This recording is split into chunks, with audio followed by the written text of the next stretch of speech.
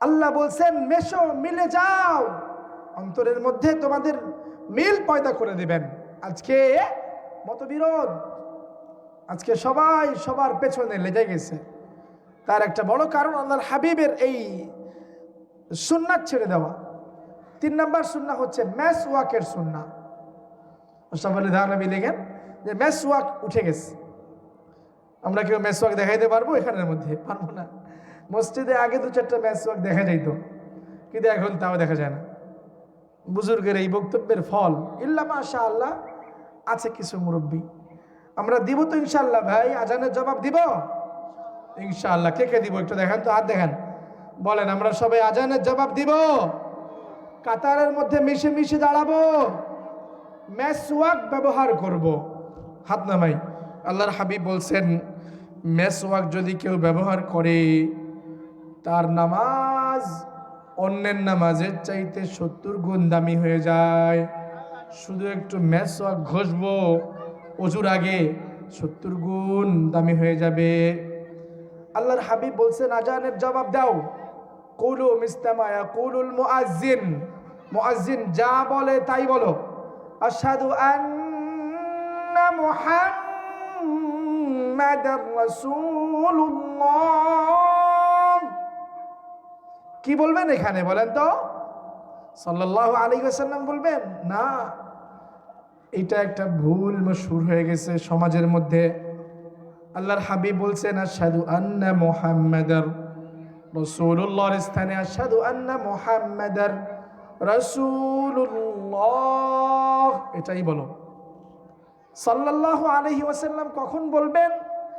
আল্লাহর হাবিব বলছেন আজানের জবাব যখন শেষ হবে, হাইয়া আলাস সালাহ, হাইয়া আলাস সালাহ,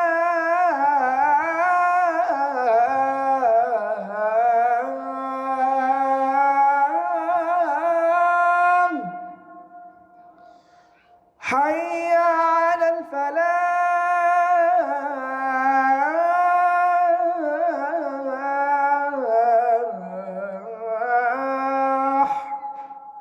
হাইয়া আলাল ফালাহ।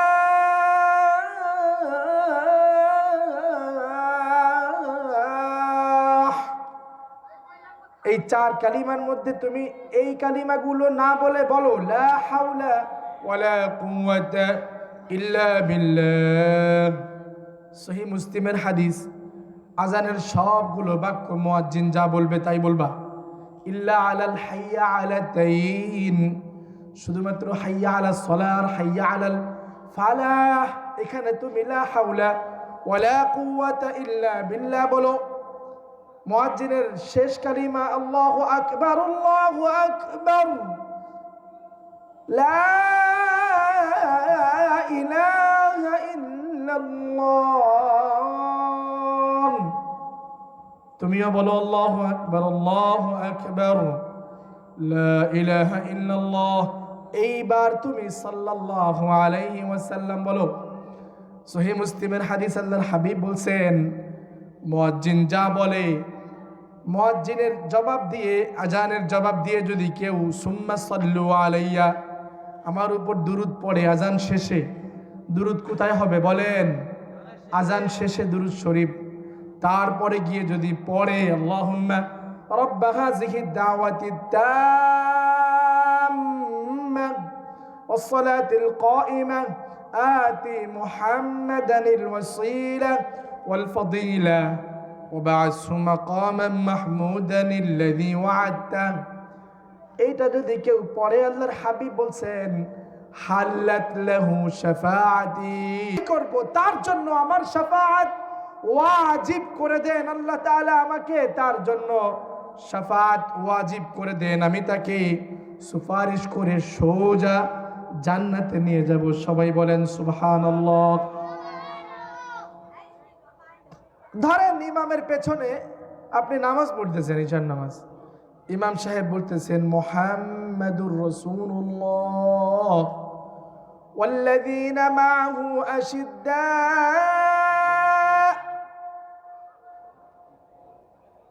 তেলাওয়াতের মধ্যে ইমাম সাহেব তেলাওয়াত করতেছেন মা কানা মুহাম্মাদুর মুহাম্মাদুন আবা আহাদিম মির রিজালিকুম। ইমাম সাহেব তেলাওয়াত করতেছে নমা মুহাম্মাদুন ইল্লা রাসূল। তাহলে কি আপনি নামাজের ভেতরে মুক্তাদি হয়ে সাল্লাল্লাহু আলাইহি ওয়াসাল্লাম বলে উঠবেন? রাসূলের নাম শুনলে তো সাল্লাল্লাহু আলাইহি ওয়াসাল্লাম বলতে হয়।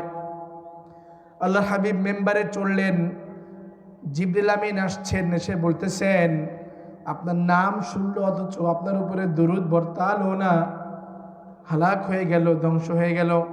আপনি বলুন আমিন। আল্লাহ রাসূল আমিন বললেন, কিন্তু তেলাওয়াতের মধ্যে তো আল্লাহর হাবিবের নাম আসছে, আজানের মধ্যে আল্লাহর হাবিবের নাম আসছে, কিন্তু এখানে আপনি কি করবেন? দোস্ত বুঝে নেন, সুন্নাত ভালো করে বোঝেন। নামাজের ভেতরে ইমামের তেলাওয়াত শুনে কি আপনি সাল্লাল্লাহু আলাইহি ওয়াসাল্লাম বলবেন? বলা যাবে না। আজান এবং নামাজের এই সিস্টেমটা একটু ভিন্ন। আজানে যেমন আজানের শেষে সাল্লাল্লাহু আলাইহি ওয়াসাল্লাম দুরূদ শরীফ আজানের শেষে পড়তে হয়, নামাজের ভেতরেও আল্লাহ রাসূলের নাম শুনলে দুরূদ শরীফ কোথায় পড়তে হয় একটু বলেন? নামাজের শেষে দোয়ায়ে মাসুরার আগে কি দুরূদ শরীফ আছে না নাই? আছে না নাই? জোরে বলেন, আছে না নাই?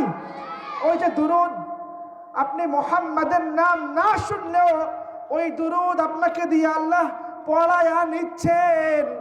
আর নামাজের ভিতরে যেটা শুনছেন, ইমামের কিরাতে যদি মুহাম্মাদুর রাসূলুল্লাহ চলে আসে, ওখানেও আপনি পড়বেন না, পড়বেন নামাজের শেষে গিয়ে। এজন্য আজানের ভেতরে আমাদের 90% বললে ভুল হবে, 98% মুসল্লি আশহাদু আন্না মুহাম্মাদুর রাসূলুল্লাহর জবাব কি দেয় বলেন তো? সাল্লাল্লাহু আলাইহি ওয়াসাল্লাম। কিন্তু তাই কি হবে? কি হবে বলেন?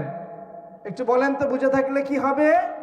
আশহাদু আন্না মুহাম্মাদার রাসূলুল্লাহ। পারবো তো ইনশাআল্লাহ? হ্যাঁ, আল্লাহ তাআলা আমাদের সবাইকে এই ছুটে যাওয়া সুন্নাত জিন্দা করার সবাইকে তৌফিক দান করেন। এক নাম্বার সুন্নাত হচ্ছে আজানের জবাব, ইকামতের জবাব। দুই নাম্বার হচ্ছে কি যেন বললাম একটু বলেন? কাতারের মধ্যে এই তো মিল আছে, মিল মিল করে দাঁড়ানো, মিশে মিশে দাঁড়ানো। আর তিন নাম্বার সুন্নাত কি বললাম? মেসওয়াক। কি বললাম বলেন? ওই যে মেসওয়াকের দোকান বসছে, ওখান থেকে একটা মেসওয়াক কিনে নিয়ে যেতে পারবেন তো ইনশাআল্লাহ? আল্লাহ তাআলা তৌফিক দান করেন। তো ভাই, আজানের আগে বলতেছিলাম, মালাকুল মাউতকে আল্লাহ তাআলা জিজ্ঞেস করছেন, দয়া মায়া কি একটু আছে তোমার? বলে নাই, যাও ছিল, জান টানতে টানতে সব শেষ করে ফেলছি। বড় বড় নবীদের জান টানছি। সুলাইমান রে আপনি সারা দুনিয়ার রাজত্ব দিয়েছেন, ওনার জান টানতে গেছি, মায়া লাগে নাই। সুলাইমান উনি জান যখন টান মারছে, সুলাইমান আলাইহিস সালাতু ওয়াস সালাম বুঝতে পারছেন যে আমার জান টানতে আসছে মালাকুল মাউত। ভাই ভাই একটু সুযোগ চাই। কতটুকু সুযোগ? 1 বছর। কেন? বাইতুল মুকাদ্দাসের কাজ ধরছি, এটা শেষ হইতে বছরখানেক লাগবে। এই কাজটা শেষ কইরা পরে আমার টানো। ফেরেশতাদের মধ্যে মালাকুল মাউতের জিম্মাদারি জান টানার। নবীদের জান টানতে গেলে অনুমতি নিতে হয়, সুলাইমানের অনুমতি নিচ্ছেন। একবার মুসা আলাইহিস সালাতু ওয়াস সালামের জান টানতে গিয়ে অনুমতি নিতে ভুলে গেছেন। আজরাইল জান টান মারছে, অনুমতি নাই, দিছে এক থাপ্পড়। সহিহ বুখারীর হাদিস।